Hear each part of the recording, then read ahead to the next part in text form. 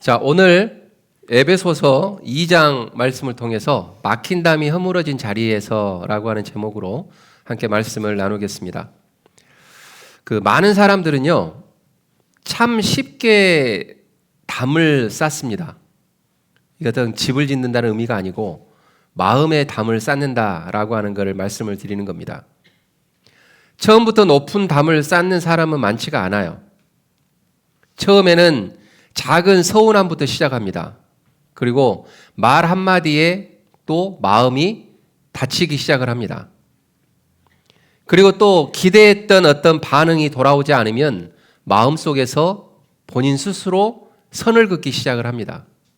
이게 하나님이 인간에게 주신 마음의 근본적인 본성 가운데 하나입니다. 그렇기 때문에 이게 이런 모습에 있다라고 해서 잘못됐다라고 말씀을 드리는 것은 아니다라고 하는 겁니다. 그래서 그렇게 마음의 선을 긋는 사람들은 어디까지 가게 되냐면 여기까지 가요. 저 사람과는 여기까지만. 그리고 다시는 내가 먼저 말을 건넬지 않을 거다. 그러면서 저 사람은 원래 그런 사람이야 라고 이야기를 하는 경우들이 있습니다. 가정에서도 그렇고요. 더 나아가서는 피 한 방울 섞이지 않는 우리가 모여있는 이 교회에서 더더군다나 더 심할 수 있다라고 하는 말씀입니다. 그래서 같이 예배드리고 같이 찬양하고 같이 봉사하지만 속으로는 보이지 않는 벽을 세우고 살아갈 때가 너무나 많다라고 하는 거죠. 겉으로는 웃지만 마음으로는 이미 멀어진 관계, 그런 속에서 우리가 신앙생활 할 때가 너무나 많다라고 하는 겁니다.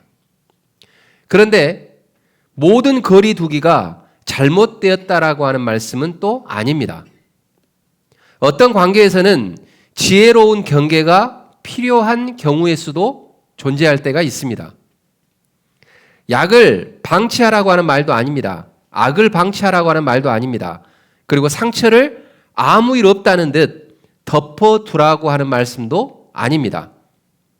그러나 오늘 본문에서는 우리들에게 그보다 더 깊은 질문을 던지고 계시는데 그게 뭐냐면 네가 지키고 있는 그 담, 네가 만들어 놓은 그 담이 과연 너는 네가 가지고 있는 지혜라고 생각을 하느냐, 아니면 십자가 앞에서조차도 내려놓지 못하는 원수가 됨이냐라고 하는 질문을 우리들에게 오늘 본문 말씀을 통해서 우리들에게 계속해서 말씀을 하고 있는 겁니다. 그래서 우리가 지난주에 우리는 에베소서 1장을 통해서 성도가 누구인가에 대해서 우리는 보았습니다. 한번 기억하시는 거 한번 살펴볼까요? 제가 언젠가 말씀드렸죠. 목회자가 설교한 것을 잊어먹는 것은 성도님들에게는 안 좋겠지만 앞에 설교하는 목사들에게는 정말 유익합니다. 왜 그런지 아시죠? 예, 근데 그거는 나중에 이야기하고. 자, 지난주에 우리가 1장을 통해서 살펴보았습니다. 성도가 누구냐라고 했을 때 성도는 뭐라고 정의 내렸습니까? 그리스도 안에서 하늘의 복을 이미 받은 사람이다 라고 우리가 지난주에 성도라고 했을 때에 성도에 대한 정의를 내렸습니다. 하나님께서 선택하고 그리스도의 피로 구속받고 성령으로 인치심을 받은 사람, 이 사람이 누구다? 성도라고 말씀을 드렸습니다. 그리고 그 정체성에 대한 그 이야기를 나누면서 그 성도에 대한 정체성이 내 마음의 어떤 위로로 끝나서는 안 된다라고까지도 말씀을 드렸습니다. 그래서 그리스도 안에서 새 사람이 되었다면 이제 관계, 우리가 그리스도 안에서의 그 성도라고 하는 그 인치심을 받은 사람들과의 그 관계도 사실은 어떻게 돼야 됩니까? 새로워져야 됩니다. 하나님께 가까워진 사람은 사람 앞에서도 십자가의 방식으로 살아가야 되는 것이 바로 성도라고 우리는 이야기할 수 있다라고 하는 겁니다. 그렇기 때문에 저는 오늘 계속해서 성도의 정체성에 대한 이야기를 나눠보고자 합니다. 그리고 오늘 본문은 이렇게 말씀을 합니다. 14절 말씀에 그리스도는 우리의 화평이시요 막힌 담을 자기의 몸으로 손수 허무셨다라고 선포하고 계십니다. 그러므로 그리스도 안에 있는 성도는요, 막힌 담이 허물어진 자리에서 살아가는 사람들이 성도입니다. 아직까지도 나에게 막힌 담이 아직도 존재한다고 한다면 우리는 다시 한번 본인 스스로를 생각해 봐야 합니다. 왜 이 담이 허물어지지 않지? 왜 이 담이 아직까지도 높게만 느껴질까라고 하는 생각을 해야 된다는 거죠. 그래서 저는 성도의 정체성을 회복하기 위해서 우리가 기억해야 할 세 가지의 말씀을 오늘 2장 말씀을 통해서 한번 살펴보고자 합니다. 그 첫 번째는 은혜를 잊으면 우리는 다시 담을 쌓을 수밖에 없다라고 하는 겁니다. 한번 따라서 한번 해볼까요? 은혜를 잊으면 우리는 담을 다시 쌓는다. 오늘 본문 11절은 이렇게 시작합니다. 바울이 뭐라고 말씀하고 시작합니까? 그러므로 생각하라. 바울은 에베소 성도들에게 뭐라고 말씀을 하냐면 기억하라라고 먼저 말문을 열고 있습니다. 무엇을 기억하라고 하는 겁니까? 그들이 과거에 어떤 사람이었는지 생각해 보라라고 하는 겁니다. 너희가 과거에 어떤 사람이었는가를 기억해 봐라. 회상해 봐라 라고 이야기하는 거죠. 왜 그럴까요? 에베소 교회 성도들은요, 대부분이 이방인들이었습니다. 그리고 유대인들의 관점에서 보면 그들은 언약 밖에 있었던 사람들입니다. 그래서 12절 말씀에 보면 이렇게 이야기하고 있죠. 그들이 한때 그리스도 밖에 있었고 이스라엘 나라 밖에 있었던 사람들이고 그리고 약속의 언약들에 대하여서는 외인들이었다. 세상에서 소망이 없고 더 나아가서는 그들에게 뭐라고 이야기하냐면 하나님조차도 그들에게는 없었던 사람이다 라고 이야기를 하고 있는 겁니다. 이 말은요, 그들을 모욕하기 위한 말이 아닙니다. 바울은 너희가 원래 별 볼 일 없었던 사람이다 라고 그들을 깎아내리는 말이 아니라 오히려 은혜를 제대로 보게 하기 위해서 과거에 너희들이 어떤 사람이었는가를 생각해 보라라고 말씀을 하고 있는 겁니다. 내가 얼마나 멀리 있었는지 그걸 알아야지 하나님이 얼마나 나에게 가까이 오셨는지를 알 수 있기 때문에 사도 바울은 그들에게 먼저 생각해 봐. 너희들의 위치가 어떤 위치였었는지, 너희들의 자리가 어떤 자리였었는지, 너희들이 과거에 어떤 모습으로 살아왔었는지 한번 생각해 봐라 라고 먼저 이야기를 하고 있다라고 하는 겁니다. 사랑하는 성도 여러분, 은혜의 기억은요, 우리를 겸손하게 만듭니다. 나는 원래부터 하나님께 가까이 갈 수 없었던 사람인데, 내가 원래부터 믿음 좋은 사람이 아니었는데, 내가 원래부터 거룩한 사람이 아니었는데 라고 하는 그 지점으로 내가 돌아가게 되면 그 은혜가 거기에서부터 기억이 나고 생각하게 되어지면 나는 겸손할 수밖에 없어진다라고 하는 겁니다. 그런데 중요한 건 하나님의 은혜가 내가 얻고자 해서 얻은 것이 아니라 하나님이 나에게 주신 선물이었습니다. 은혜가 나를 찾아왔습니다. 그리스도께서 나를 부르셨습니다. 멀리 있던 나를 하나님께서 예수 그리스도와 가깝게 나를 불러주셨다는 사실입니다. 이게 바로 은혜입니다. 그런데 우리는 이 은혜를 잊을 때에 다시 담을 쌓기 시작한다라고 하는 거죠. 이상하게도 은혜를 잊으면은요, 사람을 분류하기 시작합니다. 저 사람은 나와 달라. 저 사람은 수준이 안 맞아. 저 사람은 늘 저래. 라고 이야기하면서 나의 위치를 생각하는 것이 아니라 상대편의 사람의 위치를 생각합니다. 이거는 은혜가 떨어진 사람들입니다. 교회 안에서도 오래된 사람과 새로운 사람 사이에 담이 생기고, 그리고 많이 섬기는 사람과 조용히 앉아있는 사람 사이에 담이 생기는 이유가 바로 여기에 있는 것입니다. 그렇기 때문에 제가 항상 우리 성도님들에게 이야기를 하지만 우리 교회는 우리가 교회 밖에 나아갔을 때 우리 교회를 이야기할 때 우리 교회는 건강한 교회입니다라고 이야기하지 말라고 말씀을 드리죠. 그죠? 클립턴 한인 침례교회는요 건강한 교회예요. 한번 와보십시오. 그러면 오면은 실망해요. 그렇기 때문에 우리 교회 클립턴 한인 침례교회는요 건강한 교회가 아니에요. 제가 1년 동안 지켜보니까 그래요. 건강한 교회가 아니에요. 그런데 건강하려고 노력하는 교회예요. 할렐루야? 지상에 있는 모든 교회는 건강한 교회가 존재하지 않습니다. 왜요? 건강한 교회는 예수 그리스도가 필요하지 않습니다. 건강하지 않기 때문에, 영적으로 연약하기 때문에, 영적으로 부족하기 때문에 예수 그리스도가 필요한 겁니다. 근데 우리 스스로가 교회를 평가할 때 뭐라고 평가하느냐? 우리 교회는 건강하대요.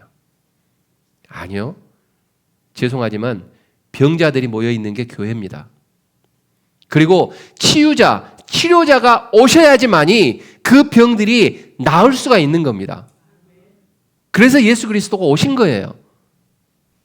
한번 따라서 해볼까요? 클립턴 한인 침례교회는 건강하지 않다. 여기에서부터 시작하는 겁니다. 자존심 상하죠. 어떻게 들으면 자존심 상할 수 있어요.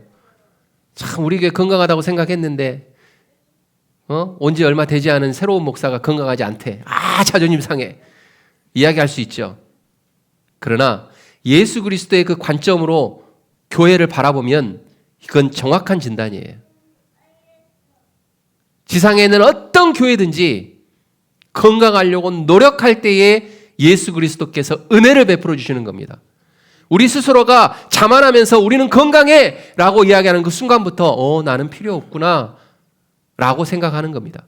그리고 그 안에서는 계속해서 그 담을 쌓아가는 겁니다. 사랑하는 성도 여러분, 우리의 위치를 한번 생각해 보았으면 좋겠습니다. 사도 바울이 이야기하는 것처럼 생각하라, 기억하라 라고 이야기하는 것처럼 내가 예수 믿기 전에, 예수님 앞에 나오기 전에 어떤 사람이었는지, 어떤 위치의 사람이었는지, 강단에서 인간이었는지 그러면 또 싫어하더라고요. 그래서 사람이었는지 우리가 우리 스스로를 한번 생각해 보자라는 겁니다. 그리고 더 나아가서는 우리는 또 우월감을 가져서도 안 됩니다. 더 나아가서는 또 열등감도 가져서도 안 됩니다. 겉으로는 반대처럼 보이지만 열등감과 우월감은 똑같은 겁니다. 둘 다 은혜가 사라진 사람들에게 있는 것이 바로 우월감과 열등감입니다. 은혜를 기억하는 사람은 함부로 높아지지 않습니다. 은혜를 기억하는 사람은 절망 속에 머물러 있지도 않습니다. 그래서 바울은 이렇게 말하는 겁니다. 생각하라. 기억하라. 너희가 어디에서 왔는지 기억하라. 너희를 누가 부르셨는지 기억하라. 라고 사도 바울은 말씀을 하고 있는 겁니다. 사랑하는 성도 여러분, 관계가 어려울 때 제일 먼저 해야 할 일은 상대를 분석하는 게 아닙니다. 물론 문제를 먼저 보아야 되는 것도 사실입니다. 필요한 대화를 하는 것도 사실입니다. 그러나 성도의 정체성을 가지고 성숙한 성도는 복음 앞에서 먼저 해야 할 것이 있습니다. 그게 뭐냐면 나도 은혜 아니면 멀리 있었던 사람이다 라고 하는 것을 깨닫는 겁니다. 그럴 때에 상대를 평가하지 않습니다. 오히려 나를 평가하기 시작합니다. 하나님의 은혜를 기억하는 것입니다. 그리고 이 기억이 살아날 때 우리의 말투는 바뀌기 시작합니다. 그리고 우리의 시선도 달라지기 시작합니다.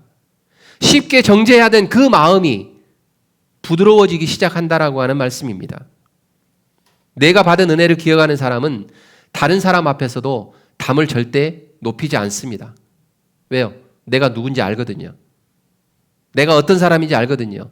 그런데 누구 앞에서 담을 높이겠습니까? 그리고 은혜를 아는 사람은 이렇게 고백합니다. 주님, 저 사람도 주님의 은혜가 필요한 사람이고 나도 똑같이 은혜가 필요한 사람입니다. 불쌍히 여겨주십시오 라고 고백하는 겁니다. 한번 따라서 한번 해볼까요? 주님, 이거 바꿔서 할게요. 저 사람도 먼저 하게 되면 뭐 생기니까 나도 은혜가 필요한 사람인데 저 사람도 은혜가 필요한 사람입니다. 이게 한국말이요. 앞과 뒤를 바꿔서 하잖아요. 뉘앙스가 이상하게 들리거든요.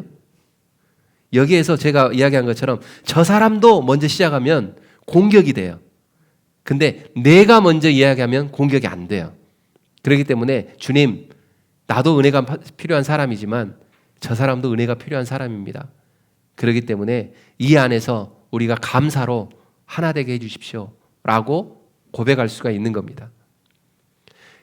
그래서 성경이 우리에게 과거만 기억하라고 또 말씀하지는 않아요. 오늘 사도 바울이 옛날을 생각해 네가 어떤 사람인지 라고 멈춰버리면 안 돼요. 그래서 사도 바울은 13절에서 위대한 복음의 전환을 이야기합니다. 뭐라고요? 이제는 이라고 하는 단어를 사용합니다. 이제는. 그래서 두 번째로는요.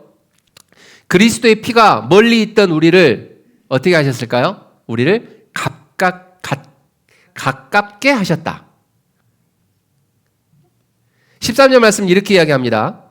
이제는 전에 멀리 있던 너희가 그리스도 예수 안에서 그리스도의 피로 가까워졌느니라 라고 말씀을 합니다. 우리가 1장에서 자주 들었던 문장이 하나가 또 나오죠. 어떤 문장이 나옵니까? 그리스도 안에서 라고 하는 문장입니다. 여기에 복음이 들어있어요. 전에는 우리가 멀리 있었습니다. 그런데 이제는 가까워졌습니다. 무엇 때문에 가까워졌습니까? 내 열심으로? 내 노력으로? 아니요. 성경에서는 정확하게 말씀합니다. 그리스도 안에서 그리스도의 피로 말미암아 가까워졌다라고 이야기하는 겁니다. 그렇기 때문에 성도는요. 내가 잘나서 내가 특출해서 내 우월감 때문에 내가 가까워지는 노력을 해서 가까워지는 게 아니고요. 성도라는 그 명칭이 나에게 임하여지는 그 순간 나는 가까워질 수밖에 없는 거예요. 왜? 예수 그리스도가 당신의 몸을 십자가에 못 박혀 죽으시면서까지 우리를 사랑하셔서 가깝게 하라고 만들어 놓으셨거든요. 그렇기 때문에 우리는 가까워질 수밖에 없는 겁니다. 그렇기 때문에 그리스도 예수 안에서 그리스도의 피로 가까워졌느니라 라고 하나님은 말씀을 통해서 우리들에게 선포를 하고 있는 겁니다. 그러나 이 복음은요, 막연한 위로가 아니에요. 과거를 생각하라 라고 이야기하면서 우리가 과거를 생각하면서 낙심하거나 자포자기할까 싶어서 위로하기 위해서 하시는 말씀이 아니라는 겁니다. 괜찮아, 이제 다 좋아질 거야 라고 하는 그런 정도의 말이 아니에요. 복음은 십자가의 피 위에 세워진 하나님의 선언입니다. 그래서 예수 그리스도께서 죄인을 위해서 피 흘리셨기 때문에 멀리 있던 자가 하나님께 가까이 올 수 있었습니다. 그분의 피가 없었으면 우리는 가까워질 수 없는 사람들입니다. 그런데 바울은 여기에서 한 걸음 더 나아가죠. 뭐라고 나아갑니까? 14절. 어떻게 보면 오늘 본문에서의 중심 구절이라고 볼 수 있는 14절 한번 우리가 다 함께 한번 읽어봤으면 좋겠습니다. 2장 14절입니다. 읽습니다. 시작. 그는 우리의 화평이시니라 둘로 하나를 만드사 원수된 것 곧 중간에 막힌 담을 자기 육체로 허시고. 예수님은 화평을 우리들에게 가르치러 오신 분이 아니다고 이야기하고 있어요. 예수님은 화평을 주시는 분이라고 말씀하고 있지 않아요. 뭐라고 말씀합니까? 예수 그리스도 자신, 예수 그리스도만이 화평이다 라고 말씀을 하고 있는 겁니다. 이건 매우 중요한 겁니다. 왜냐? 우리는 늘 평화를 보통 상황으로 생각하기 때문에 그래요. 갈등이 없으면 평화롭다라고 생각합니다. 문제가 없으면 평화롭다라고 생각을 합니다. 그러다 보니까 갈등이 없거나 문제가 없으면 어떤 경우가 생기느냐? 잠깐 예수를 떠나는 방황하는 상황들이 발생하게 돼요. 그렇기 때문에 예수님이 내가 너에게 화평을 가르치러 왔어. 내가 화평을 너희들에게 주기 위해서 왔어 라고 이야기하는 것이 아니라 내가 화평이야. 나를 벗어나면 그 화평은 어떻게 돼? 사라져 라고 말씀을 하고 있는 겁니다. 사랑하는 성도 여러분, 예수 그리스도를 꽉 붙잡기를 주님의 이름으로 축원드립니다. 왜요? 예수님이 화평이시기 때문에 그렇습니다. 성경이 말하는 평화는 단지 조용한 분위기를 말하고 있지 않죠. 예수 그리스도 안에서 하나님과의 관계가 회복되고 또 사람과 사람 사이의 원수됨이 십자가 아래에서 무너지는 것, 이거를 화평, 평화라고 이야기를 합니다. 그래서 예수 그리스도께서 오신 것은 단순하게 우리들에게 오신 게 아니에요. 우리들을 인간 만들기 위해서 오신 게 아니에요. 본문은 예수님이 중간에 막힌 나무로 오셨다고 말씀하셨잖아요. 당시 유대인과 이방인 사이에는요, 어떻게 보면 깊은 어떤 종교적인 것, 문화적인 것, 관계적인 장벽들이 많았습니다. 서로를 가까이 할 수 없다고 그들은 여겼습니다. 함께 하나님께 나아갈 수 없다라고까지 그들은 생각했습니다. 그런데 예수님께서 그 담을 허무셨다라고 말씀을 합니다. 한쪽을 이기게 하셨다라고 하는 이야기가 아닙니다. 한쪽이 다른 쪽을 흡수했다라고 하는 이야기가 아닙니다. 둘이 자기 안에서 한 새 사람이 되었다라고 이야기하고 있는 겁니다. 다시 말하면 오늘 본문에서 말하는 이 한 새 사람이라고 하는 그 의미는 무엇을 지칭할까요? 바로 교회를 지칭하는 겁니다. 교회는 원래 너와 내가 맞는 사람들이 다니는 게 아닙니다. 성격이 비슷한 사람들끼리 다니는 게 교회가 아닙니다. 배경이 비슷한 사람들이 만나서 만드는 게 교회가 아닙니다. 생각이 비슷한 사람들만이 모여 있는 게 교회가 아닙니다. 교회는 십자가가 아니면 하나 될 수 없는 사람들이 그리스도 안에서 한 몸 된 공동체입니다. 이게 교회입니다. 그런데 우리는 가끔 교회를 오해할 때가 있죠. 내 마음에 드는 사람, 내 생각에 맞는 사람, 나하고 어느 정도 비율이 맞는 사람, 그런 사람들이 함께 머물러서 이루는 공동체, 이게 교회라고 생각하는 사람들이 있습니다. 그래서 워싱턴뿐만이 아니라 버지니아에 많은 교회들이 있어요. 큰 교회도 있고 작은 교회도 있고 개척교회도 있고 가정교회도 있습니다. 그런데 우리의 시선으로 볼 때는 크고 작음을 우리는 봅니다. 그러나 하나님의 시선은 크고 작은 것이 아닙니다. 똑같습니다. 하나님이 크다고 박수 쳐주고 조그맣다고 해서 박수 치지 않고 침묵하시는 분이 아닙니다. 어느 자리에서든지 그것을 인정하고 성도로서의 정체성을 인정하고 하나님을 찬양하는 그 자리면 하나님은 한 명이 있든지 두 명이 있든지 영광 받으시고 그 자리에서 하나님이 칭찬하신다는 거예요. 그게 교회예요.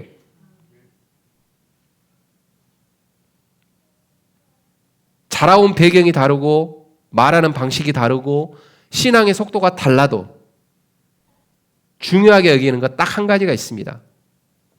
그게 뭡니까? 그리스도가 우리의 화평되심을 알고 그분께 매달리는 것. 그분께 나아가기 위해서 최선을 다해서 노력하는 것. 이게 하나님이 우리들에게 원하는 성도의 삶이다라고 하는 겁니다. 그리고 세 번째로는 성도는 함께 지어져가는 하나님의 집입니다. 이게 교회죠. 한번 19절 말씀을 한번 읽어볼까요? 19절 다 함께 읽습니다. 시작. 그러므로 이제부터 너희는 외인도 아니요 나그네도 아니요 오직 성도들과 동일한 시민이요 하나님의 권속이라. 아멘. 이 말이 얼마나 따뜻한 말일까요? 우리가 전에는 밖에 있었답니다. 전에는 멀리 있었답니다. 그리고 더 나아가서는 전에는 소속이 없었답니다. 그런데 이제는 하나님께서 우리들에게 선포하시기를 외인도 아니요 이제 너희들은 나그네도 아니다 라고 말씀을 하세요. 이제는 하늘나라의 시민이자 하나님의 권속이다라고 이야기하고 있어요. 이제 이 말씀이 이제 1장에서 우리가 지난주에 살펴보았던 그 말씀과 연결이 됩니다. 성도는 뭐라고 했었죠? 성도는 하늘나라에 이미 앉혀진 사람들라고 말씀을 드렸죠. 그런데 오늘 또 2장에서 똑같은 말씀을 하고 있는 겁니다. 성도는 하늘나라의 시민이자 뭐라고요? 하나님의 권속이다 라고 말씀을 하고 있는 거예요. 그래서 하나님의 권속이라고 하는 이 말씀은 하나님의 가족이라고 하는 뜻입니다. 그래서 성도는 손님이 아니랍니다. 잠시 들렀다 가는 그런 방문자가 아니랍니다. 그리스도 안에서 하나님의 집에 속한 사람들이라고 말씀을 하고 있는 겁니다. 오늘날 많은 사람들이 소속감을 잃어버린 채 살아갑니다. 사람은 많지만 마음 둘 곳이 없다라고 많은 사람들이 이야기할 때가 있죠. 그리고 우리가 이제 스마트폰을 가지고 다니지만 스마트폰에 연락처를 보면 몇 개가 저장돼 있습니까? 우리 성도님들? 이제 몇 개가 저장되는가 또 생각해 봐야죠. 그 정도로 많이 저장돼 있어요. 근데 내가 외로울 때, 윤복희 선생님이 부르셨던 내가 외로울 때 노래 있죠. 그 곡처럼 내가 외로울 때 전화기를 들고 누군가에게 전화를 하고 싶은데 그 많은 전화번호 가운데 누를 번호가 하나도 없어. 그런 거 그런 적이 있지 않습니까? 사람은 많지만 내 마음 둘 곳이 없을 적이 너무나 많아요. 그리고 어떤 사람들은 내 핸드폰에 얼만큼 저장됐는가를 자랑하는 사람도 있어요. 아유, 내 전화기는 세상에 말이야 오래돼가지고 더 이상 저장할 공간이 없어. 근데 그분이 아프고 외로울 때 그 사람들에게 다 전화할 수 있느냐? 아니요, 없어요. 그런데 중요한 건 하나님은 언제든지 우리가 외롭고 두렵고 쓸쓸하고 외로울 때 하나님 편에 와서 무릎 꿇고 기도하는 그 순간 하나님은 우리들의 대화자가 되어주시고 우리들과 이야기를 나누는 그 외로움을 치유하실 수 있는 그분으로 늘 준비하고 계신다라고 하는 사실이에요. 한번 찾아보세요. 하나님 전화번호가 그 전화기에 기억되어 있는지. 안 돼 있을걸요? 근데 오늘부터 전화기에다가 하나님을 찾는 전화번호를 꼭 기록해 놓으시기를 주님 이름으로 축원드립니다. 그 전화번호가 뭘까요? 예? 그 전화번호가 새벽 예배 시간입니다. 하나님께 나오는 시간. 그렇기 때문에 연락처는 많지만 깊이 기대에 올 수조차 없는 우리들을 주님께서는 알고 계십니다. 교회 안에서도 예배만 드리고 조용히 돌아가는 것이 더 편할 때가 있습니다. 그러나 관계가 부담스럽고 공동체가 피곤할 때도 사실은 있습니다. 하지만 본문은 성도의 정체성을 다르게 이야기합니다. 어떻게 해요? 우리는 홀로 구원받은 개인이 아니라 함께 하나님의 가족이 된 사람들이다 라고 말씀을 하고 있어요. 그러니까 옆에 있는 성도님들이 얼마나 귀합니까? 이 타이밍에 또 우리가 인사 한번 나눠야죠. 그죠? 참 귀하십니다 라고 한번 따뜻하게.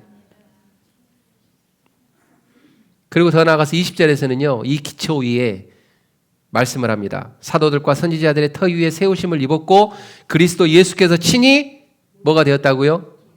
모퉁이 돌이 되었다. 이 모퉁이 돌이 뭡니까? 누굽니까? 예수 그리스도예요. 예수 그리스도가 이 교회의 주인이에요. 내가 주인이 아니고 옆에 있는 장로님이, 옆에 있는 안수 집사님이, 권사님이, 성도님이 주인이 아니고 누가 주인이에요? 예수 그리스도가 주인이에요. 그렇기 때문에 과거에 하나님을 알기 전에 하나님이 나를 생각하라라고 했던 것처럼 내가 어떤 사람인가를 먼저 깨우치고 그 관계, 하나님과의 관계를 누가 연결시켜 주었는가를 다시 한번 깨닫고 우리가 하나님 앞에 나오는 것, 그걸 하나님이 원하시는 거예요. 그리고 우리가 함께 모였을 때 그 안에서 우리가 화합하고 따뜻한 말 한마디씩 건네면서 위로를 전하고 더 나아가서는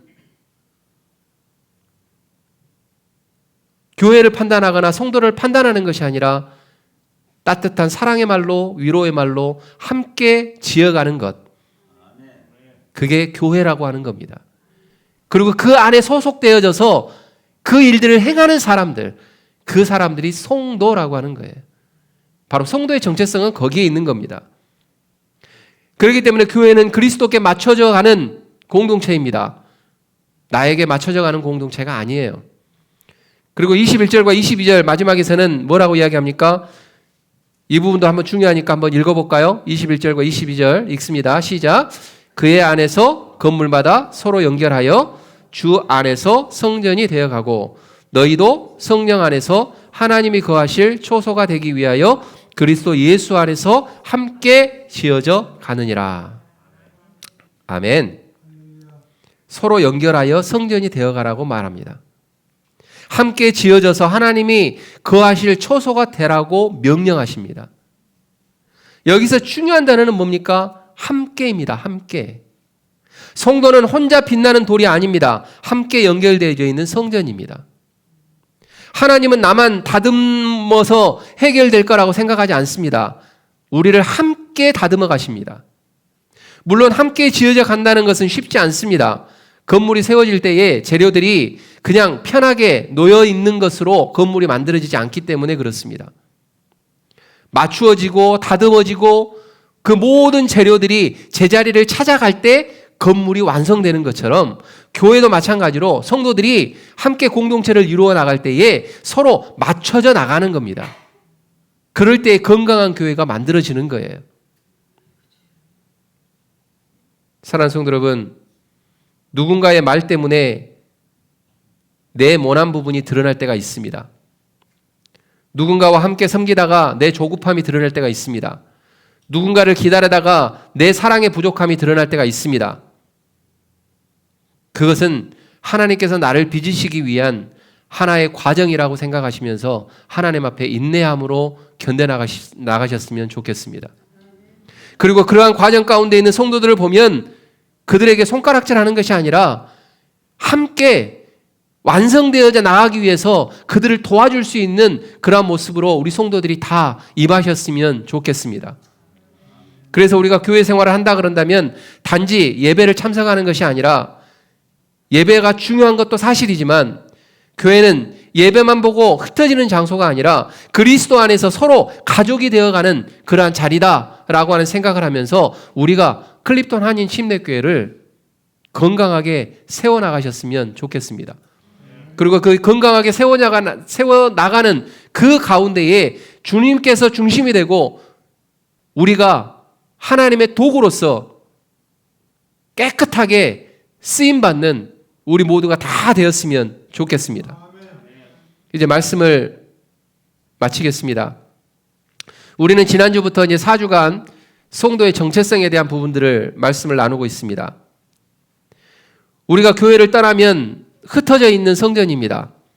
그러나 우리가 함께 모여서 하나님 앞에 예배할 때는 우리가 하나 된 성전으로 우리가 한 마음 한 뜻으로 나아가는 것이 교회입니다. 그렇기 때문에 우리는 우리의 어떤 과거, 우리의 예전의 어떤 모습들, 그러한 모습들을 보면서 도저히 하나님 앞에 나올 수 없는 나인데 그리스도의 피로 내가 살아났고 내가 하나님 앞에 나왔다라고 하는 그 사실들을 인정하고 하나님 앞에 머리를 조아리면서 하나님 부족한 자를 부르셨군요. 감사합니다. 이 부족한 그 자리에서 내가 어떤 모습으로 하나님 앞에 최선을 다할까요? 내가 어떻게 하나님 앞에 섬김의 모습으로 나아갈까요? 라고 하는 그 마음을 가지고 주님 앞에 십자가가 허문 그 담 앞에 내가 담을 쌓으려고 하지 말고 십자가가 허물었으면 더 이상 그 담을 쌓으려고 하지 마십시오. 그 십자가 앞에 내려놓고 하나님 앞에 조용히 성도로서 그리스도인의 백성으로서 하나님의 권속으로서 당당하게 부끄러움이 없이 살아갔으면 좋겠습니다. 그래도 우리 교회가 이 로컬에서는 그래도 이상한 소리들이 안 나요. 아직까지는. 그래도 좋아요. 근데 중요한 거는 이상한 소리가 안 나는데 교회를 몰라요. 클립톤, 그러니까 클립톤이 세상에 페어팩스에 클립톤이 있는 걸 모르더라고요, 사람들이. 클립톤은 그러니까 다른 동네라고 생각을 하더라고요. 아, 근데 그거 만나면은요, 그거 설명 아니라고요. 지도 펴가지고 막 이야기하면 그때서 여기가 이 동네가 있어요 이러더라고요. 교회가 안 좋은 소식도 있는 것도 문제지만 교회를 모르는 것도 문제예요, 솔직히. 교회를 알아야지 사람들이 올 거 아닙니까? 그죠? 네, 그렇기 때문에 우리 성도님들이 좀 더 분발했으면 좋겠어요. 네, 제가 갑자기 3,000%로 좀 빠지고 있지만 어찌됐든 우리 성도님들이 어쨌든 과거의 내 모습을 생각하면서 하나님께서 예수 그리스도께서 그 핏값으로 나를 살리셨고 하나님의 백성으로 나를 이미 하늘나라에 앉히셨다라고 하는 사실들을 기억하면서 하나님 앞에 조금 더 당당하게 그리스도의 사랑으로 모든 성도들을 포용하면서 교회를 건강하게 세워나가시는 우리 모든 성도님들 다 되셨으면 좋겠습니다. 그리고 성도로서의 정체성 잃지 마십시오. 이거 잃어버리면은요, 우리가 예배를 드리는 의미가 없어집니다. 그렇기 때문에 성도로서의 정체성 꼭 기억하면서 하나님 앞에 나아가시는 우리 모든 성도님들 다 되시기를 다시 한번 주님의 이름으로 축원드립니다. 기도하겠습니다.